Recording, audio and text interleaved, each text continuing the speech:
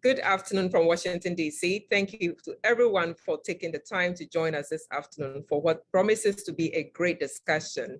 I am Professor Japa Dawuni. I'm the Associate Professor of Political Science at Howard University and the Founding Director of the Center for Women, Gender, and Global Leadership.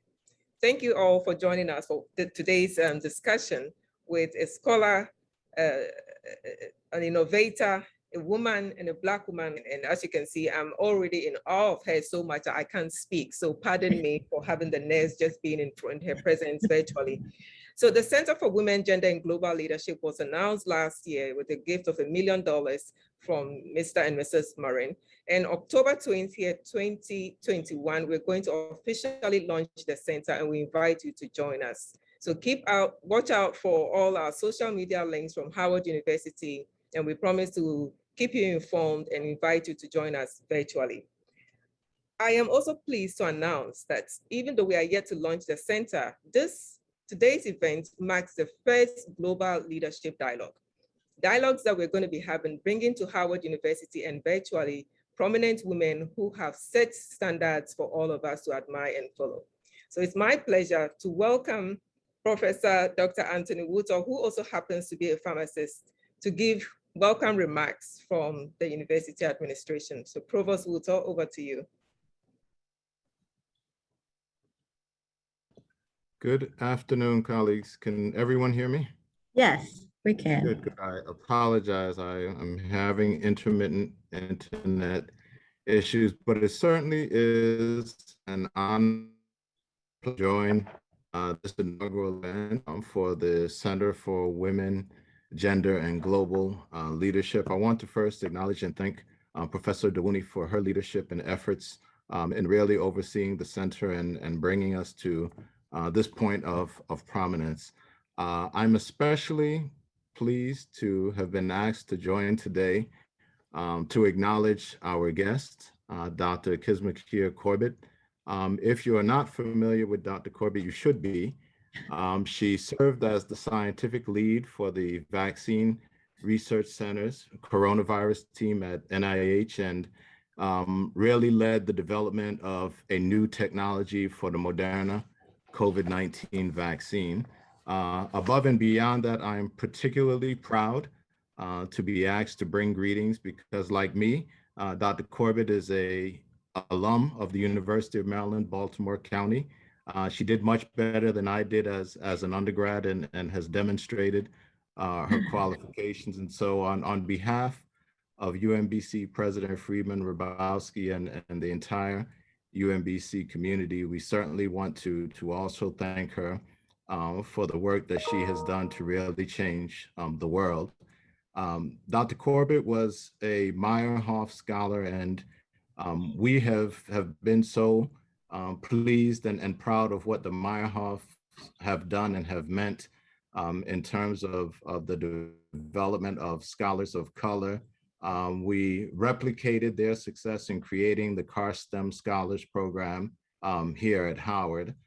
So it certainly is my honor and pleasure to be able to participate in this event, to bring greetings on behalf of Howard University, and certainly to welcome Dr. Corbett to the Howard University community. And so I will turn things back over to you, Dr. Dawuni, and I look forward to hearing the dialogue that is going to take place. One last thing, I'll share a copy of my UMBC magazine from spring 2021 that has Dr. Corbett on the cover. It's a lovely photo, and it really is a testament to the contributions she has made that have made us all so proud. Thank you. Thank you very much, Provost Wootall, for bringing us the greetings from the administration.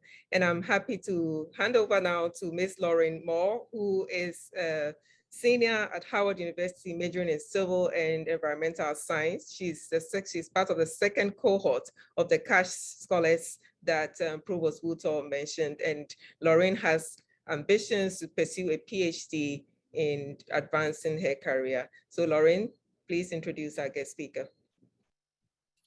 Yes, thank you. Dr. Kismikia Corbett is an assistant professor of immunology and infectious diseases at Harvard's T.H. Chan School of Public Health. She is her assistant professor at Harvard's Radcliffe Institute of Advanced Study and associate member of the Philip T. and Susan M. Ragan Institute. In 2008, she received a Bachelor's of Science in Biological Sciences with a secondary major in sociology from the University of Maryland, Baltimore County, where she was a Meyerhoff Scholar and an NIH undergraduate scholar. She then obtained her PhD in microbiology and immunology in 2014 from the University of California at Chapel Hill, holding multiple honors, including a director's scholarship. Prior to Harvard, she was a research fellow and scientific lead at the National Institute of Allergy and Infectious Diseases Vaccine Research Center. Dr. Corbett uses her viral immunology expertise to propel novel vaccine development for pandemic preparedness, including mRNA-1273, a leading vaccine against SARS-CoV-2. The vaccine concept incorporated in mRNA-1273 was designed by Dr. Corbett's NIH team from viral sequence and rapidly deployed to industry partner Moderna Incorporated for phase 1 clinical trial, which unprecedentedly began only 66 days from viral sequence release. mRNA-1273 was shown to be 94.1% effective in phase 3 trial and is authorized for use in multiple countries. Alongside mRNA-1273, Dr. Corbett boasts a patent portfolio, which also includes universal coronavirus and influenza vaccine concepts and novel therapeutic antibodies. In all, she has over 15 years of experience studying dengue virus, respiratory syncytial virus, influenza virus, and coronavirus, garnering several prestigious awards such as the Benjamin Franklin Next Gen Award and Salzman Memorial Award in Virology. Combining her research goals with her knack for mentorship, Dr. Corbett invests much of her time in underserved communities as an advocate of STEM education and vaccine awareness. Thank you for joining us this afternoon, Dr. Corbett, and I'm now going to hand it off to Dr. Celia Maxwell, the Associate Dean for Research and a Professor of Medicine at Howard University. Excuse me.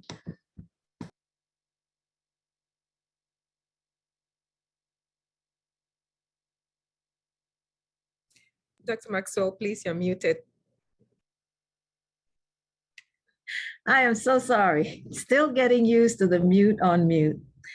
Thank you very much to Dr. Dewoni, Provost, and definitely to the future Ms. Moore to help us welcome Dr. Corbett.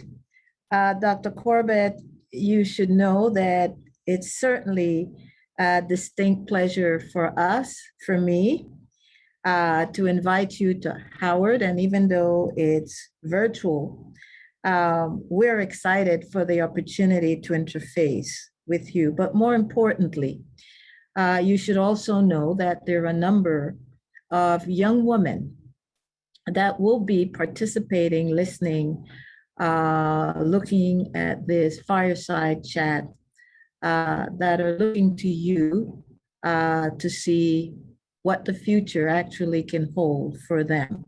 And so the fact that you represent a future for young women of color cannot be overstated. And so with that, I will get started. Obviously, some of the questions I will ask, it's more for a dialogue, but I think it's also important for young women considering STEM and STEM careers. Certainly, I'm an infectious diseases doc, and I'm always recruiting for more young infectious diseases physicians to understand something about the balance of life. So some of the questioning will relate to that. So I will start. Your accomplishments with COVID-19 or with the COVID-19 vaccine represents a significant achievement for a woman of color in the United States, but not just in the United States. We believe it has had global effect. we would like you to elaborate a little bit on what your primary motivation was for excelling in STEM, and who can you point to as a significant mentor or mentors? As we know, it takes a village in guiding your path. So I'd like to start with that opening question. Sure. Well, first of all, thank you so much for having me and for putting together this fireside chat, which, like you said, it would be nice if I could be in DC, but times are certainly different now. I get the question about what my motivation is and was a lot, and especially when I'm talking to women, like I assume many of the people on this call are, I like to remind us that motivation should come from just the thing that really you like to get out of bed to do. So science for me was that thing. I was always very excited to get out of bed and go to work, or learn more about the viruses or whatever else it was that I studied. And I paid very close attention to those things as I was in, undergrad and throughout the years of being a trainee and in graduate school. I paid attention to the things that really kind of made me excited to get out of bed. I am happy and proud to say that I did have lots of mentors along the way who definitely pushed me in the right direction. But beyond pushing me, like Dr. Rabowski and my former mentor at the National Institutes of Health, Dr. Graham, beyond pushing me, they really were supportive in that sphere, in that they knew the thing that I really like, or the things that I really liked, and they made sure that those things were attainable to me through programming or through networking and et cetera. And I think that they started to understand me even more, especially in a professional way, me even more than I did, because they had been to the rodeo, so to speak, before. And so mentors are important for that, because sometimes, especially when we become so focused on our careers, we lose sight of kind of sometimes the bigger picture. We will sometimes lose sight of our own wellness and these things. And so mentors are important to kind of be the eyes from the top for us oftentimes. Yes, thank you. Thank you so much for that. As a follow-up, Dr. Corbett, Dr. Wuto mentioned your groundbreaking research leading to the development of the Moderna COVID-19 vaccine. However, unfortunately, for people such as myself, as a clinician and infectious diseases doc, what we have seen, particularly in our communities, is a high rate of vaccine hesitancy, or as you referred to it, inquisitiveness. What can we do to address and or mitigate this issue? Because it still continues to be a tremendous issue for us here in dealing with a pandemic that's still ongoing. So what are your thoughts around that? It's getting harder.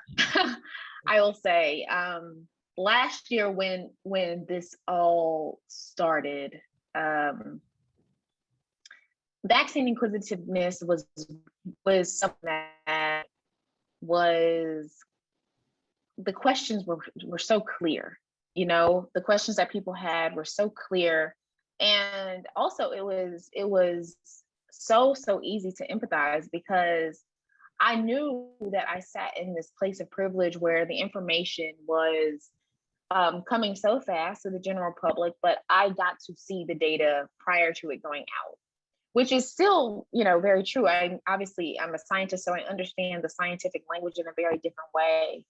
But a lot of vaccine inquisitiveness and hesitancy, as some call it, that comes from such ingrained mistrust issues that various communities, and it's not just the African American community, quite frankly, there are issues such as this in Asian American communities and other communities where it's going to maybe take a little bit longer than what we have in this moment. And from where, I sit as a scientist and as a public health expert, is understanding the dire need to get people vaccinated because of the dire need to really save lives in this pandemic. And so my advice is really, what I'm trying to do personally is patience firstly, because listening takes sometimes a lot of patience. And then also to remember that it is not any one person's fault that they might not want to get a vaccine because of this reason or that reason, but because we as a medical and science infrastructure have really kind of allowed these things to build up over time. And now we're at the point where it's kind of crumbling down, and we're really having to answer to these mistrust issues on a very real-time basis. And so I'm trying to be patient, which I advise many other people to do, and then always, always, always fall back to what the information, what the facts are. And oftentimes in these situations where people are hesitant or inquisitive, facts are not necessarily something that you can just throw out there and really change their mind. But it's because they have their own version of the truth, and that's okay.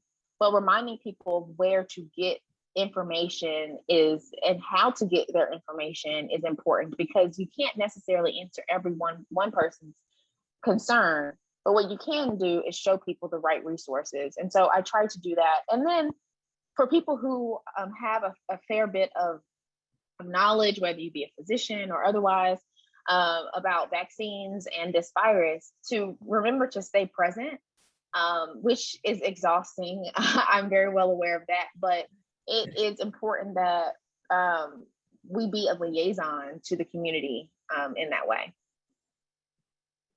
Thank you so much. Very insightful, and it is hard, and it probably will continue to be hard. And as you mentioned, patience and listening, probably not in that order. Mostly the listening first. As we move on with our fireside chat, can you share with us some of the challenges you have faced as a Black woman scientist within your field? How did you choose to address them? What advice would you give to young women on this fireside chat that are interested in the biomedical sciences on resiliency? Because that's what we think it takes. So would like to hear your take. So the first thing that is important, and I don't think that anyone ever said this to me when I was in my, training or apprentice years, is that this is not an easy career trajectory. I think that has to be said very forward-facing and very bluntly, because one of the reasons why we oftentimes lose young women, and particularly young women of color, in this career climb in the STEM field, is because it is such a rocky road. It's very long career trajectory, and the spaces at the top are, slim to none really availability at the top. And so it looks very daunting. And so one of the things is, for me, that kept me going along the way was to understand, again, going back to the passion of it all. and remembering, people ask me what else would I be doing, and I find it very hard for me to come up with an answer because I have no idea. I don't know. And when you get to that point in your life, it's easy to maneuver the rocky road, so to speak. And I think that, well, so that's the one piece of advice. And I think the first part of the question was, I'm sorry, what was the first part of the question? Yeah, if you could share some of the challenges that you have. Okay, yeah, and the challenges. So yes. Yeah, so those are probably just like any of the challenges that any Black woman is facing on any given day. It's you have to really carve out a space where you make sure that your voice is heard. Oftentimes you can end up in rooms where you are silenced, and what you have brought to the table essentially gets eaten by everyone else, and you don't necessarily get to enjoy the fruits of your own labor. You get to places, especially in the STEM fields, where, again, because the career climb is such a long one and such a difficult one, you get to places where people will assume that you're okay because you've already been given so much, and you're already on this level that most people who look like you or are your age and etc. are. But reminding people what you deserve can oftentimes be difficult. And the other thing that goes without saying in many career spaces is for Black women is that remembering who you are as you kind of climb this career ladder. I mean, I am 3 months into what some would consider to be like a golden professorship at Harvard University. And I'm still who I am. I just actually came here from a meeting with the dean with purple lipstick. And I try to be who I am in all spaces and allow my work to speak for me. And one of the ways to do that, or to train yourself to do that, is to compartmentalize your personal and professional life in very clear ways. So understanding that, what is work and what is home. And then again, leading with your work. So I bring my best foot forward with my science into every space. And so whether I have on purple lipstick or not, generally what is my work is not deniable. And the way that you get to that place is believing in your work yourself. So, science is science and technology, these are fields where part of the experience is failure. I know that people know me from vaccine inventor and developer and et cetera, and it's a success story. But the truth is about 90% of experiments on a day-to-day basis just fail. And beyond the failing of experiments, even if you get to the point where things are very successful, there's a lot of criticism from various different directions, because becoming an expert in your field really relies on what is called a peer review system. So you're only as good as your peers deem you to be. And because of that, it's so daunting, but you have to believe in the work that you are presenting. And I had to learn that very, very early on in the sciences. And then the other thing is that one of the really beautiful things about being a Black woman is that if all else fails, one set of people that I know will have my back are Black women. Actually, Black women carry just about every subset of any population on their back. Absolutely. So there is like this corner of relief there that it's an unspoken sigh of relief, right? But any Black woman, I like to remind us all that we there's this unspoken, we have each other, and so that helps. Great. The Amen Corner, part of what that's called. That's so wonderful. Can you elaborate on what you will be working on next? What are some of your plans for the future? Obviously, not in any great detail, but what are some of your thought processes? Can we know? Yeah, I can elaborate to some detail. The reason why I started working on coronaviruses there's several reasons, but some of the major reasons were that it's a set of viruses that is largely underfunded, and also not many scientists before this moment were working on them. And it was a family of viruses that had pandemic potential. And so there are about 24, 25 families of viruses that have pandemic potential. And there are a few of them that are very understudied. And so what I want to do in my lab is to use my talents and the talents of the people in my laboratory to make sure that we understand and study those particular viruses. In the same way that we did for coronaviruses at the NIH, really the reason why all of this has been possible, not just for the Moderna vaccine, but for the entire globe's vaccine portfolio, is because of very fundamental biology. And so stepping back my research to very fundamental biology that will inform vaccine development for pandemic preparedness, because this moment has very well proven that we are in a position as humans that viruses are just poised to emerge into our population. And this moment has also given us a clue into places where we just are not prepared. And so getting us better prepared from a biology standpoint is what my goal is. Great. The common cold is a coronavirus. Any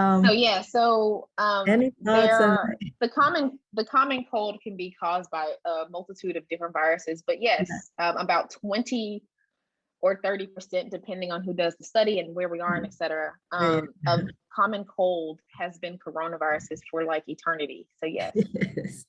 I used to say that I wanted to, I used to always say that I was going to win a Nobel Prize. That's been like one of my things. Who knows if I will or not, but I always said that I wanted to win it from curing the common cold. So we'll see. Thumbs up for that. Close to the final question, or the final question.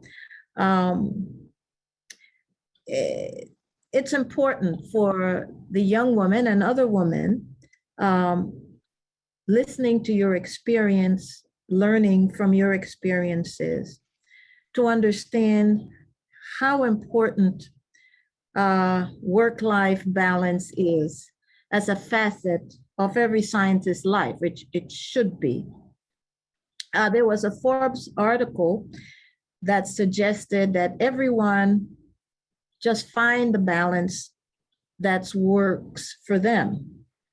Some examples included unplugging from technology, limiting time, wasting activity, and people that waste your time, exercise, meditation, among others. Would love to hear you share some of your tips for what has worked for you in this area, and what would you like to leave with our participants, particularly young women that are looking to you for some guidance? So I don't think that anyone ever gets this right. You kind of have to find that sweet spot, for yourself, and also for your partner and your family, because that's really what matters, right? Work-life balance is different for everyone. So when you were reading off some of those things that Forbes listed, the first thing that came to my mind was, who are they to say what's a waste of time for you, right? Okay. So limit people who waste your time, but chatting with, for example, I take at least one call from a cousin who is in prison, one of my cousins who's in prison for the rest of his life. I take at least one call from him a week, and that actually is good for me. And some would consider, given my status and where my career is going, he doesn't know anything about science. And so some would consider that to be like maybe a waste of time, but I don't consider it that way. And so you have to find those things that are important to you, that are outside of your work. For me, that is my family. And do those things however you see fit. And then also to make sure that you set boundaries. So the entire pandemic, I was kind of on call. I'm not like a physician, but I am just traumatized by the amount of, if I heard my email ding, I would answer it almost immediately. Yeah. And I recently had a family emergency whereby I could not do that. And I realized from coming out of that, for 3 weeks and coming back and realizing that like nothing, the world did not end. And it kind of helped me to reset what I understand to be just my tolerance and for boundaries. And so if I say I'm not going to answer emails on a day, then I don't. And getting those things very early on is very, very important. And it is even more important as you try to move up the career ladder.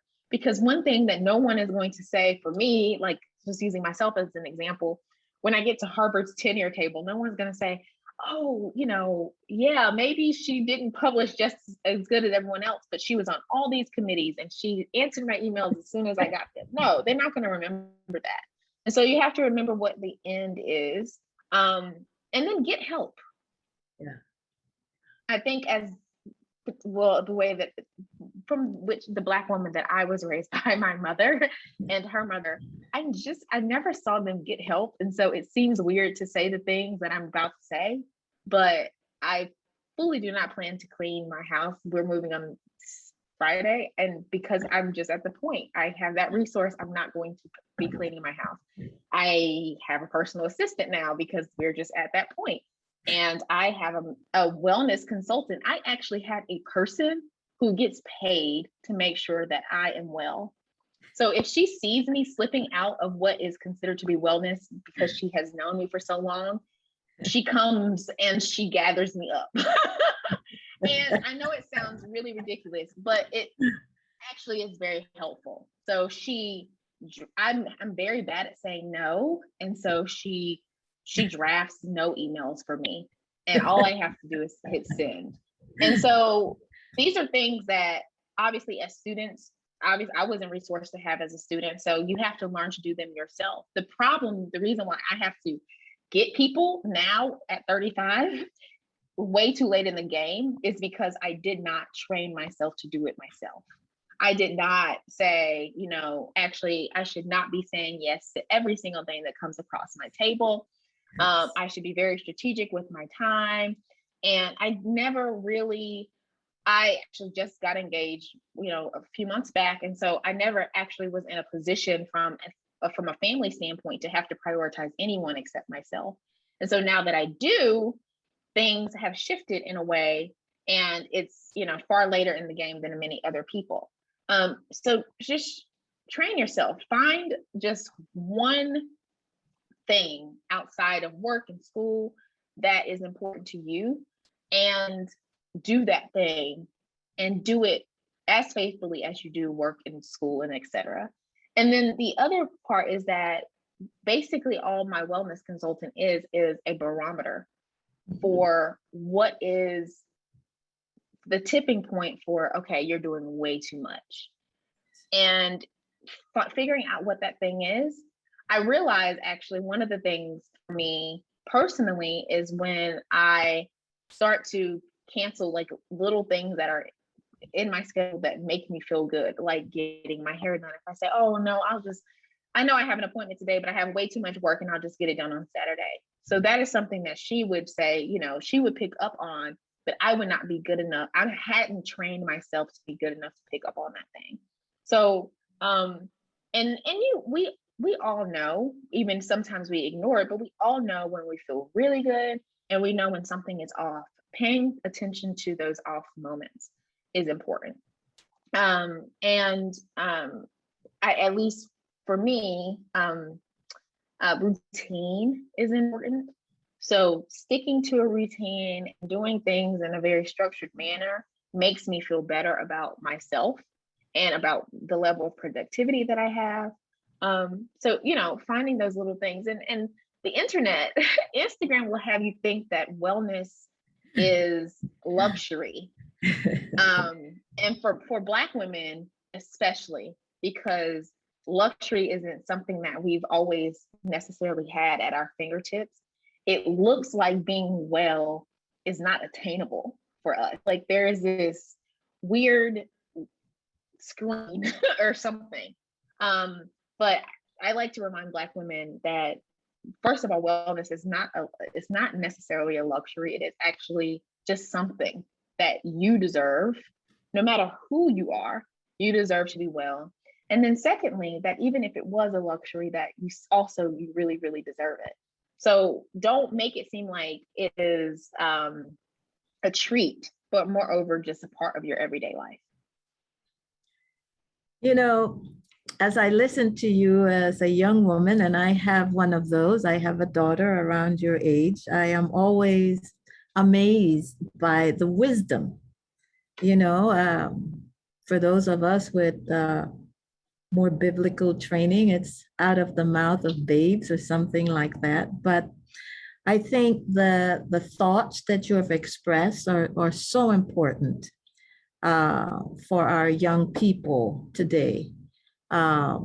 Even more important is for them to see it live, the reality of a you, for instance.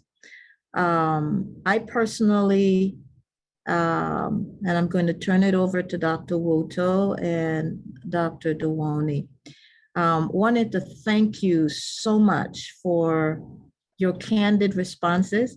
I also wanted to applaud you for the purple lipstick, individuality.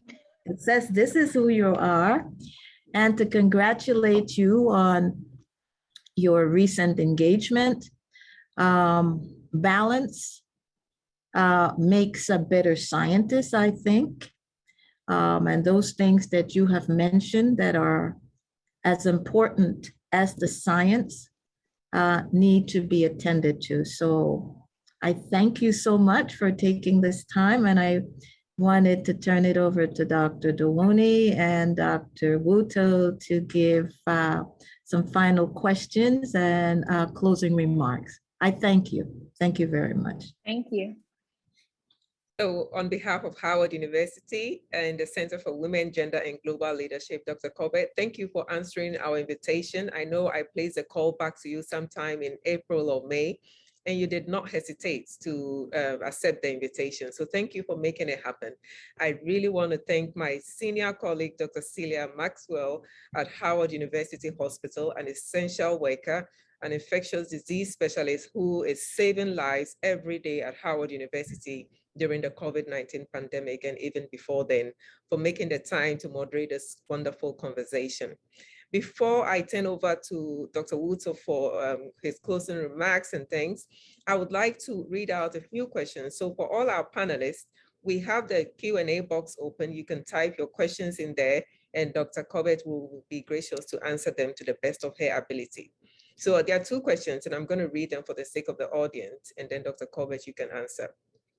There's a question from Kim Sherman who says, Dr. Corbett, what guidance would you pass on as we continue to work in health and public health as we navigate the COVID-19 response?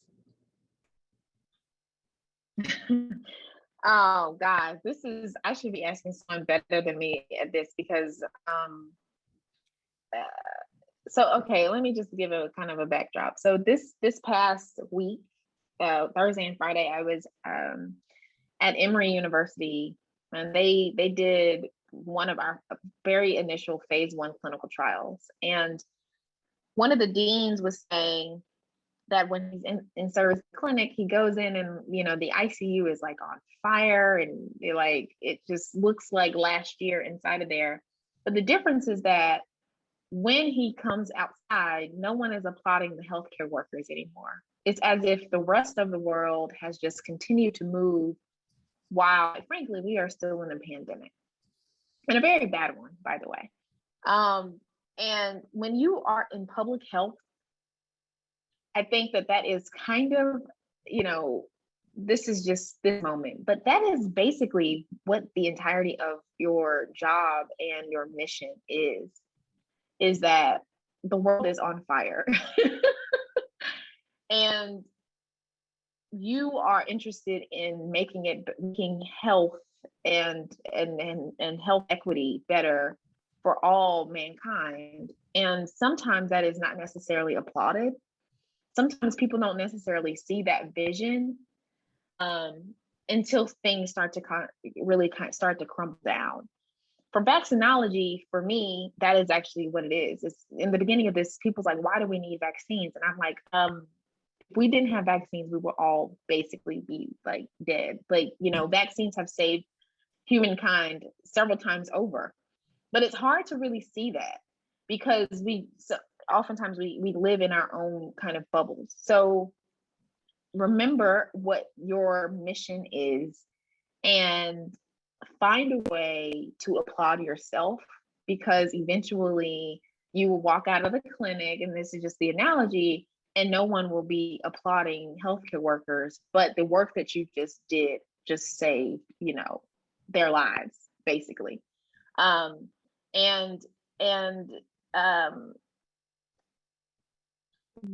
of the things too for people who are burgeoning public health experts is taking the lessons from this moment. I could probably name 5, one of which is, how terrible, science and public health communication has been to the general public, how antiquated the way that we get data people is, and all of these things. Taking the lessons from this moment and making public health more contemporary is what's going to be necessary as we move forward. And also remembering that there are spaces for changes in policy, but then there is also spaces for changing in public opinion. And the intricacies of the differences are what I think are part of the hardest jobs of the future of people who are going into public health are. And it's really a war. I did the commencement for Johns Hopkins School of Public Health last year, and it was now you're ready for war. It really is you going to basic training and fighting on a very day-to-day basis for health, which is it's a basic necessity of life, but somehow we've made it into a luxury that public health officials are just now trying to fight to get back to be just basic everyday necessity. Thank you, Dr. Corbett. So I know we're rounding up on time, but a couple of questions have come through. I'm going to read the next one. Someone wrote, have you noted significant changes in the efforts or increase in the number of women of color in the agencies and academic spaces you have traversed since the emergence of the COVID-19 pandemic in combination with the racial reckoning? I haven't. And part of that is maybe because for bulk of the pandemic and until 3 months ago, I was at the National Institutes of Health, which is a federal agency. And I don't necessarily have those data points. And so I haven't necessarily noticed a shift just yet, but I can say, and maybe this is part of what comes with my new visibility, but I can say that it has certainly been a shift in the number of young women who seem to be interested in the field. I don't know how I'm going to make sure they rise to their best potential, but at least there is a shift in the level of interest. Hopefully, one of the things that I want moreover than a lot of things is beyond this, for this moment for me, is to inspire, but also to help the people that have the keys to unlock like the top of the stratosphere, so to speak, in these careers, to help them, which they are oftentimes largely white men, to understand what the beauty of diversity in these fields really is. And it's not just to check off a box, but really, how much talent comes from people who look like me. And so it's a heavy burden to bear, but I do hope that is one thing that comes from this moment. Thank you. You make a significant point. It's not about just checking a box, but recognizing the amount of talent that comes, and you have proven that. So we hope that message will be taken. One last question. Thank you so much, Dr. Corbett, for your wise words and all the things you do. Apart from having a routine, how have you managed navigating your mental health with all the work you do? Wellness consultant. I have to get a new therapist because I moved. But therapy. Again, understanding what my wellness barometer is and setting boundaries for myself is so important. You would be so surprised of what the power of no has. It makes you feel like you didn't just, first of all, you're not doing something that you don't want to do on the other end of having said a yes that you just don't have the time for or whatever. But it makes you, it just gives you a little bit of like, I do have the power over my own time and my own ability to just know. And so just setting boundaries very early on and remembering to ask for help. Thank you. So if I may take the center director's privilege and ask you one last question, and that is you've spoken about this, but if you could please look in the camera and talk to the many people listening to us and the many who will be watching this video, but particularly my niece, who I will not name, has applied, is applying to medical school, and she's scared and all that could possibly go with having her dreams come to fruition if she's taken. What advice would you give my niece and many other young women like her who are in the process of applying to medical school? I forget what my mentor said very verbatim about I was very scared to come off and start my own lab at Harvard, which is a task in itself. But he said, you're supposed to be scared. You're about to go to the major leagues. And he is a baseball fan. So this is like, you're going to bat, like this is your time, right? And so there's supposed to be a healthy level of nerves that come with applying to medical school, going to medical school, and all the things that are to come from your career. But the important thing is that we forget that, not to say that you will fail, but a lot of things that come with failing, if each step of the way is not going to necessarily be a smooth path for you, is that there are lessons ingrained. And for me, I'm a Christian, so I like to stick with what is for me. So if it is to come, it is to come. And using what is the slight bit of anxiety that you might have around applications or in a new career field and all of these things for the better, towards your productivity, towards getting better the next time, or towards giving advice better to someone else who is applying. And then remembering that when you're young, this is one of the things that actually I didn't do that I wished I would have done. When you're young, you actually have more space to explore. So I know people who are going into medical school, they're like, oh, I want to be a gynecologist, for example. And they are very much streamlined, but remembering that a lot of medical schools offer a year off to go study abroad or, work in a lab and do these very cool things that are opportunities. And so paying attention to opportunities as they come your way and not necessarily just focusing directly on what the end goal is, but building up, amassing some level of experiences outside of what is a streamlined doctor is important. Because one of the things about this pandemic that it's taught me is that we haven't necessarily done the best job of of fostering worldly environment, especially in the US. And that's partially because we have, school is one of those things where like, it's just, you go to school and you get a degree and that's what you do. But there are so many experiences that are ingrained within that process that I like people to like kind of just say, okay, I'm going to step back and I'm going to heed this opportunity to shadow this doctor or work beside this dean, or et cetera, et cetera. Well, thank you very much. I'm sure she'll remember these wise words, and I will remind her every time she gets through medical school that she should remember your wise words. So once again, thank you to all our participants for joining us for this wonderful fireside chat, which is the first of the Global Dialogue series at Howard University. And Dr. Corbett, we have no doubt that you will be winning that Nobel Prize one day, and we will celebrate with you. So thank you so much for making the time. We encourage everyone to stay tuned. Mark your calendars, October 20th, 2021, we will be officially launching the Center for Women, Gender, and Global Leadership, and we will share the link as they become available. Thank you once again, Dr. Maxwell, for your time and your wonderful moderation of this panel. And I'll hand over to Dr. Wuto, who will close us out as he started with us. Thank you, everyone.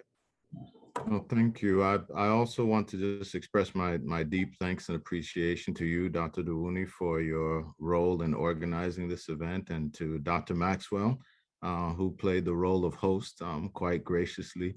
But I want to express my deepest thanks and appreciation to Dr. Corbett for the wisdom that you have shared, your experiences, and the blessing that you have been to us today. We certainly pray that God will continue to guide you and lead you, as you have been a blessing to so many, and as you continue to walk in his purpose for your life. Thank you so much for joining us, and thank you for all that you have done and will continue to do. God bless.